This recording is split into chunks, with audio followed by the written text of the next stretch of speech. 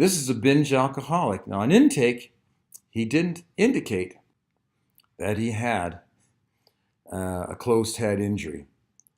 And when I brain mapped him, I said, holy smokes, you've got a serious head injury. And he says, oh yeah, I forgot to tell you that when I was like 6 years old, I fell off the slide and I crushed my skull in an inch, which in metric is 2.5 centimeters, and that's a very serious concussion.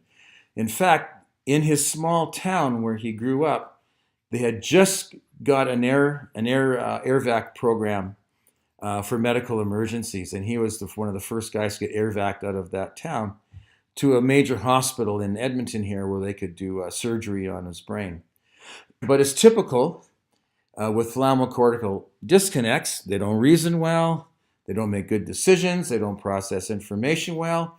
If you don't process information well, you have trouble socializing, because so far we've been 3,000 facial expressions have been mapped on the human face, and they're fleeting as well. As we talk, our expressions are coming and going. And you have to be pretty sharp mentally to socialize with people and feel connected. And people with these disconnects really struggle socially because they just can't read people. They don't feel like they're part of the group. They always feel like they're distant.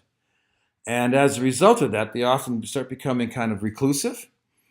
And when people become reclusive, they have a tendency often to start drinking. And that's what this guy did. He started drinking, and then he developed a very serious drinking problem. He lost his driver's license, in and out of rehab all the time. They were looking at giving him some very strong drugs to curb his alcohol cravings. He was even sneaking alcohol into the hospital while he was in rehab, and was in detox. He was so severe. This is just a clip here of the news clip when he was on TV, and they have a nice little clip of him as a little boy, playing with the fire trucks. And look at his record here. Now, this guy, again, we do see some delta going on, and we're going to see that his beta is really hammered out. He had not only a gray matter injury, but a white matter injury, but he also had pretty serious gray matter injury as well as losing his thalamocortical loops. And he's very flatlined and choppy and very low voltage. Here he is here. His OCD is actually extremely slow. Again, centered down the cingulate, and that's part of what's driving his drinking. Now on the database, just look at him. The poor guy's just pounded out across the board. Doesn't even make much delta. That's how taken out he is.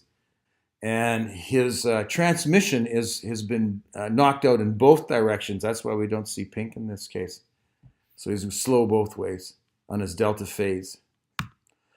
This is during entrainment now. I had him on an alpha beta entrainment, and he fell deep asleep. I mean, he's sleeping 4 hours a night, as most of my people do. And he's starting to produce huge alpha spindles. Just look at them rolling out of his record here. And he's in deep sleep. So we see these giant, slow delta waves popping up in between the alpha spindles.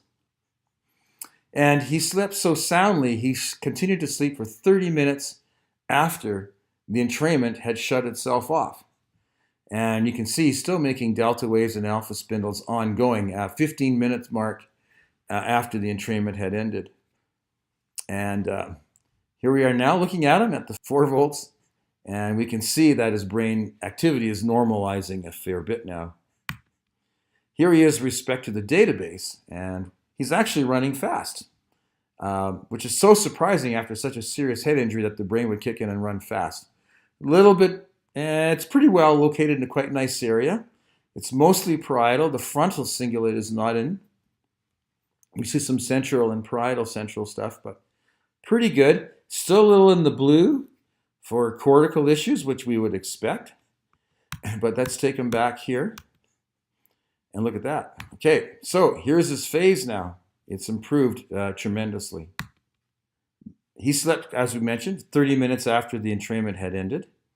He slept 11 hours that night, and he used the machine to put himself to sleep. He actually would fall asleep with the gear on.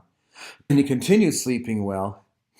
using it at bedtime. And we also have them use this in the morning upon awakening. And that's real important that they put this on when they wake up, because we want to fire up that brain as soon as they get up, get the brain going so they can process information, they can make good decisions, and they can control their emotions. So he was using it twice a day, say, and in his own home. And here he is 9 days post. This was his report. No more. He had no cravings for alcohol at all during that 9-day period. His anxiety was completely gone, rested and grounded, and he was also quite a bit sharper mentally. Now, he did end up having a few binges with alcohol, but never enough that he never had to go to detox anymore. And throughout 2017, he has not had a drink at all. So it goes to show sometimes what could be the cause of a substance abuse problem, whether it be a drug or alcohol. And you just can't will your way through this. You need to get the brain jump started. We need to get it thinking normally. We need to get the emotional control back in. And when that happens, they will start to take charge of their own lives again. And they will deal with their drinking on or their substance abuse on their own. Doesn't mean they're not going to need help. But in the previous state, all the help in the world isn't going to help him. And as we saw, he was in out of rehab for years, and he never got better. Anyway, here's his pre-SCL90 results. His score was 85.